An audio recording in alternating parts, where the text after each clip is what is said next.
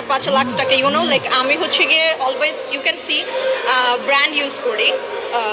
Gucci Dior Chanel Prada Tom Ford এই সমস্ত brand use করে থাকি দ্যাটস ওয়াই আমার হচ্ছে একটু বেশি লাগে বয়ফ্রেন্ড ইউএসএতে থাকে